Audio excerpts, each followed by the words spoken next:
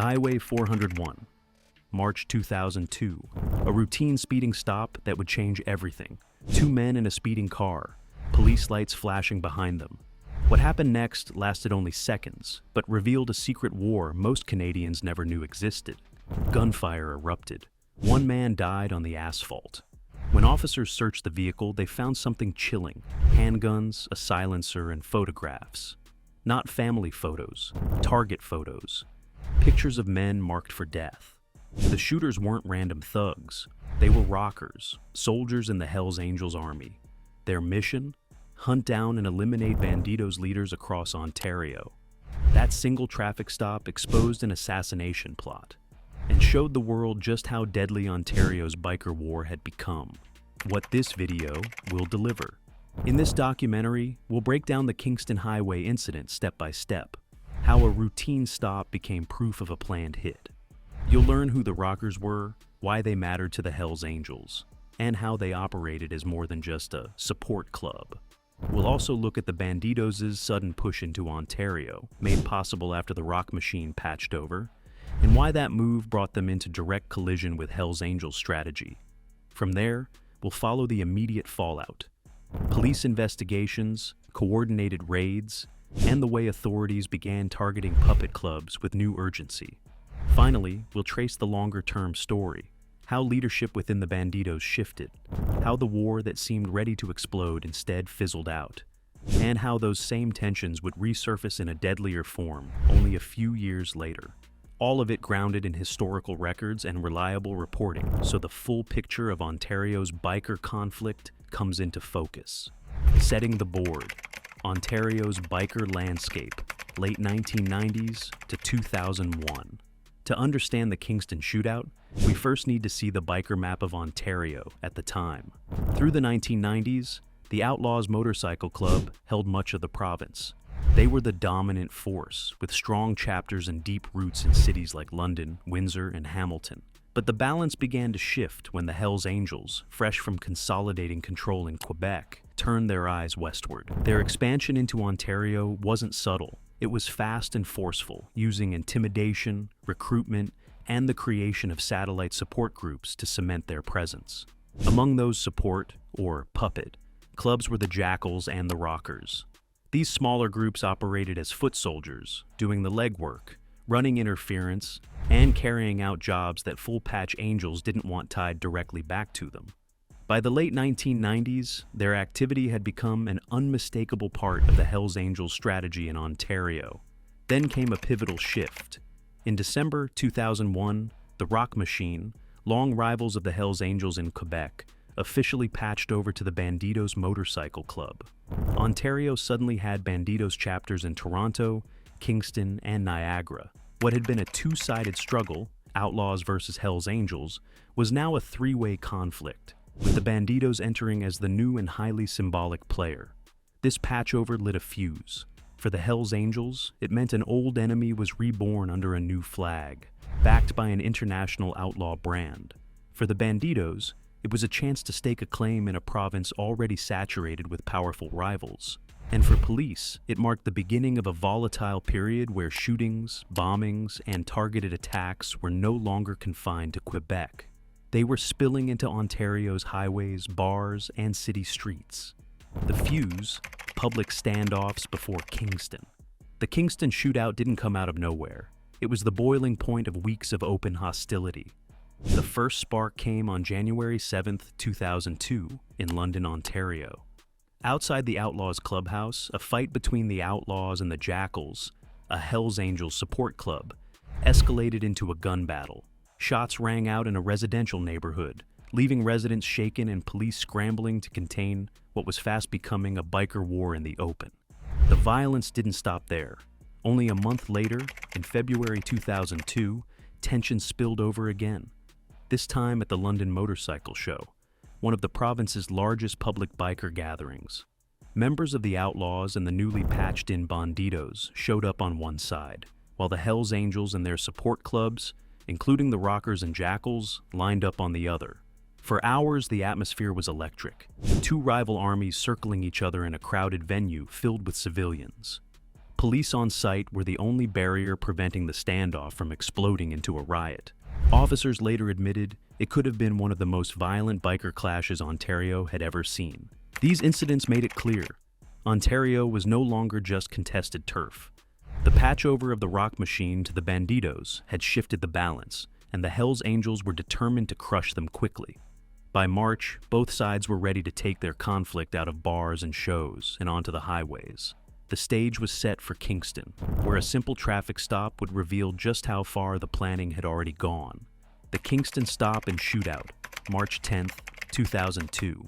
On the night of March 10, 2002, Ontario provincial police officers were patrolling Highway 401 near Kingston, one of the busiest stretches of road in the province.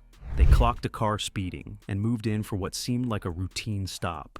Inside the vehicle were Daniel Lammer and Mark Bouffard, both members of the Rockers, a Hells Angels support club that had been increasingly active in Ontario. What followed changed the trajectory of the province's biker conflict. As Constable Dan Brisson approached the car, Lemaire suddenly opened fire.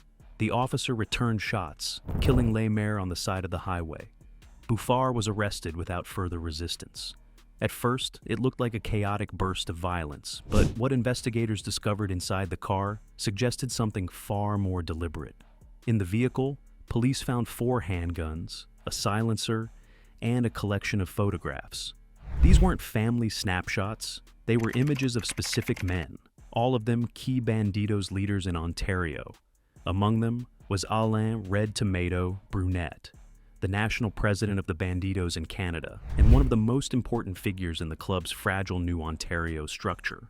The presence of these materials left little doubt. This wasn't a random road trip. It was a targeted mission, an assassination attempt on Bandidos' leadership. The Kingston stop instantly shifted the narrative of Ontario's biker war. Up until then, police and the public had seen bar fights, shootings outside clubhouses, and tense public standoffs. This was different. The evidence showed a support club of the Hells Angels actively crossing provincial lines to hunt down and kill rivals. For law enforcement, it was the first hard proof that Ontario was not just dealing with random skirmishes, but with organized assassination plots designed to decapitate the Bandidos before they could establish themselves. The death of Daniel Lammer during the shootout was a stark reminder of how dangerous even a simple traffic stop could become in the middle of this biker conflict. But more importantly, the weapons, silencer, and target photographs pulled back the curtain on a secret war playing out in Ontario, a war that the public had only glimpsed until that night. Intended targets and motives. The cache of photos found in the Rockers' car made it clear that the mission wasn't random.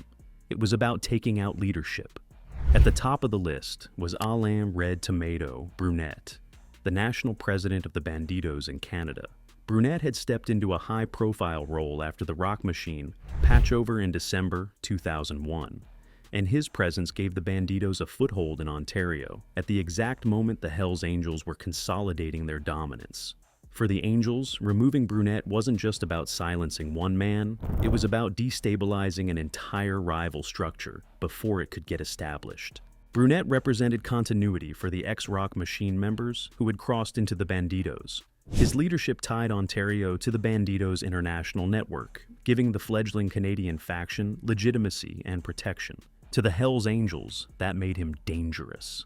If he survived and grew his base, Ontario could become a true three-way battlefield between Angels, Outlaws, and Bandidos. That is where the Rockers came in. As a support club, their job was to handle dirty work, harassment, muscle, and sometimes targeted hits, while keeping full-patch Hells Angels insulated from direct blame. Law enforcement and biker experts have described these clubs as the farm teams and shock troops of bigger organizations. By using Rockers instead of patched Angels, the HA could pressure rivals, inflict violence, and yet maintain plausible distance from official responsibility. The Kingston stop exposed this playbook in action, a puppet club carrying weapons and photos, apparently preparing to eliminate Bandidos' leadership on behalf of the Angels. It was a striking example of how the Hells Angels extended their reach, using smaller clubs as proxies in a war they didn't want tied directly to their name. Immediate fallout, investigations, and pressure. The Kingston Highway shootout was a turning point for police as much as it was for the biker world. What officers uncovered in that car, guns, a silencer, and photos of Bandidos leaders, wasn't just evidence of one mission gone wrong. It was proof of an organized assassination plot, carried out by a Hells Angels support club, aimed at destabilizing the Bandidos' fragile presence in Ontario. For law enforcement, that meant the simmering tensions between biker groups could no longer be treated as isolated flare-ups. This was organized crime, moving with deliberate intent. In the weeks that followed, multi-agency teams intensified surveillance and pressure on both sides. Detectives began mapping the networks of puppet clubs like the Rockers and Jackals, identifying how they connected back to full-patch Angels. At the same time, intelligence units watched the Bandidos' new Ontario footprint, wary of retaliatory violence. The discovery of assassination targets confirmed that biker rivalries were escalating toward strategic hits, not just bar fights or chance encounters. By the spring and summer of 2002, two major police operations converged. In Quebec, investigators launched Operation Amigo, aimed at unraveling the Hells Angels' grip after years of violence in the Quebec biker war. Meanwhile, in Ontario, authorities rolled out Project Retire, a sweeping crackdown that hit not just the Hells Angels, but also the Outlaws and the newly patched-in Bandidos. These operations involved dozens of raids, arrests, and seizures of weapons and drugs, signaling that police were no longer content to play defense at biker shows and rallies. They were moving directly against the infrastructure of outlaw clubs. For the Bandidos, Kingston was both a warning and a lifeline. It showed how badly the Angels wanted them gone, but it also gave police new justification to keep a close watch, slowing down HA plans. For the Angels, the fallout meant added scrutiny on their puppet clubs, making it harder to operate in the shadows. And for Ontario, the stage was set for years of raids, trials, and shifting alliances that would eventually reshape the biker landscape. Project Retire and the shrinking Outlaws. Context. If Kingston revealed the shape of the conflict, Project Retire brought the hammer down. On September 25, 2002, more than 500 officers across Ontario carried out coordinated raids on biker clubhouses, homes, and businesses linked to the Outlaws Motorcycle Club. The scale was massive. Dozens of arrests, alongside seizures of automatic weapons, explosives, and significant quantities of narcotics. Investigators called it one of the largest anti-biker operations in the province's history. The immediate impact was devastating for the Outlaws. Once the strongest club in Ontario, their network was suddenly gutted. Entire chapters lost leadership overnight. The London chapter, the group at the center of January's gun battle with the Jackals, was crippled. With their ranks thinned and resources drained, the Outlaws' ability to stand toe-to-toe with the Hells Angels collapsed almost instantly. This shift reshaped the biker landscape. The Hells Angels quickly moved to consolidate their dominance, filling the vacuum left by the Outlaws' retreat. Puppet clubs like the Rockers extended their reach further into Ontario cities, providing the Angels with fresh ground to expand. The Bandidos, meanwhile, were left in a precarious position. Having only just established their Ontario presence through the Rock Machine patchover, they now found themselves without the Outlaws as a buffer. Instead of forming a balanced three-way rivalry, the Bandidos were trapped between police scrutiny and an emboldened Hells Angels machine. For law enforcement, Project Retire was a public victory, proof that coordinated action could cripple even a long-entrenched club. But in practice, it altered the balance of power in ways that would ripple for years. The Angels grew stronger, the Outlaws grew weaker, and the Bandidos, already fragile, were left isolated. That imbalance set the stage for a troubled future, where alliances, betrayals, and internal strife would define Ontario's biker scene. Bandidos, leadership shuffle. After 2002, in the wake of Kingston and the sweeping police raids that followed, the Bandidos in Canada faced a leadership crisis. Many of the men who had patched over from the Rock Machine were under pressure, and others were stepping back as police attention intensified. Out of this turmoil, one figure rose to the top. Giovanni Boxer Mushadere, a veteran from the Toronto chapter. By late 2002, he had become the recognized Bandidos Canada president, replacing Alain Brunet, who had been one of the original targets in Kingston. Musiter's rise was both practical and symbolic. He was respected among members for his loyalty to the club, but he also represented a consolidation of power. Under his leadership, the Ontario chapters were pared down and reorganized, with Toronto emerging as the hub. The Kingston and Niagara groups, weakened and vulnerable, became less central, as Mustere focused on building a tighter, more disciplined network. This shuffle was tied directly to the wider fallout in Quebec and Ontario. The patchover had promised strength, but with the Hells Angels pressing hard and police cracking down, the Bandidos had to restructure just to survive. Musite's presidency marked a turning point. The group moved from expansion dreams to a strategy of holding on, keeping a foothold in Canada even as rivals and law enforcement closed in. Longer arc. From Kingston to collapse, 2002 to 2006. The Kingston shootout was not the end of the story. It was the beginning of a slow unraveling. After 2002, the Bandidos in Ontario faced relentless pressure. Their numbers were thin compared to the Hells Angels, and the loss of the Outlaws as a strong ally left them exposed. Police raids continued to chip away at their infrastructure, while constant surveillance made it difficult to expand. Internally, the Bandidos were fracturing. Leadership disputes simmered beneath the surface, and loyalties were stretched thin as members struggled to maintain discipline under pressure. The Kingston car, packed with weapons and photos of Bandidos leaders, had shown just how vulnerable those leaders were. Even though Alain Brunet survived that particular threat, it highlighted a reality the club could not ignore. The Angels and their support clubs were willing to hunt them down one by one. Over the next 4 years, that environment of mistrust and attrition steadily worsened.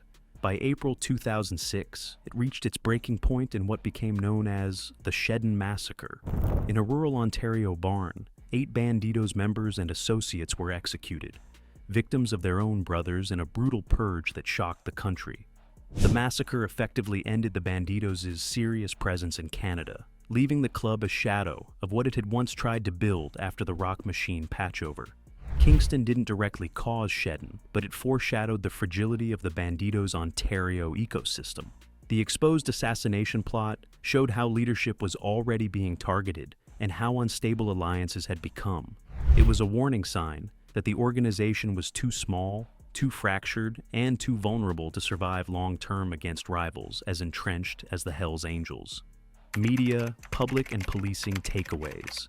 The Kingston shootout fundamentally changed how the public and police understood Ontario's biker conflict. Before 2002, most people thought of biker wars in terms of bar fights, clubhouse shootings, or occasional street brawls. Kingston showed something different: a car loaded with weapons, silencers, and photos of rival leaders. This was no drunken scuffle. It was a planned assassination mission carried out by a Hells Angels support club. Suddenly, the conflict looked less like chaos and more like organized crime with military-style targeting. For the public, it also peeled back the mask on support clubs like the Rockers and Jackals. Many Ontarians barely knew these groups existed, but Kingston revealed how crucial they were in carrying out high-risk jobs while shielding the full-patch Angels. The idea that these farm team clubs could cross provinces with kill lists in hand made it clear that the biker world had layers of organization and strategy most people never saw. For police, the lesson was equally sharp. Crowd control at bike shows or raids on clubhouses wasn't enough. Investigators now had to focus on intelligence, tracking vehicles, mapping support club networks, and watching cross-border movements that hinted at assassination plans. Kingston forced law enforcement to pivot from reacting to fights to proactively dismantling plots before they reached the highway. Why Kingston still matters. 2 decades later, Kingston still stands out as one of the most revealing moments in Ontario's biker wars. Tactically, it proved that even a routine highway stop could expose an organized hit. What began as a speeding ticket ended with police recovering handguns, a silencer, and photographs of Bandidos leaders, evidence that pulled the lid off an assassination plot. For investigators, it was a reminder that highway interdictions weren't just traffic control. They could intercept missions before blood was spilled, while also surfacing enterprise-level intelligence about weapons stockpiles and target lists. Strategically, Kingston highlighted how the Hells Angels operated at arm's length through their support clubs. The Rockers weren't freelancers. They were part of a broader HA plan to neutralize the Bandidos' fragile leadership in Ontario, right after the Rock Machine patchover. The stop confirmed that the Angels were willing to use puppet groups outside Quebec to eliminate rivals before they had time to grow. In that sense, Kingston was more than a gunfight. It was a case study in how outlaw motorcycle clubs manage conflicts through calculated moves, proxies, and targeted violence, and why Ontario's biker landscape would remain volatile in the years that followed. The Kingston stop was not the most violent moment in Ontario's biker history. There were no mass casualties, no clubhouses blown apart, but its impact was undeniable. That single roadside encounter revealed intent, a carefully planned mission to assassinate Bandidos leaders on Ontario highways. It showed that the fight between biker clubs wasn't just about barroom brawls or territorial pride. It was organized, deliberate, and aimed at decapitating rivals. In the wider war of patches and puppets, Kingston peeled back the curtain. A speeding ticket led to the discovery of silenced pistols and photos of men marked for death, evidence that would fuel police crackdowns and force clubs to rethink their strategies. In the months that followed, coordinated raids reshaped the balance of power, leaders shifted, and the fragile Bandidos' presence in Ontario began its troubled slide toward collapse. Kingston remains a reminder that sometimes the most ordinary encounters expose the darkest truths. On that stretch of Highway 401, Ontario's biker war stopped being hidden and became impossible to ignore.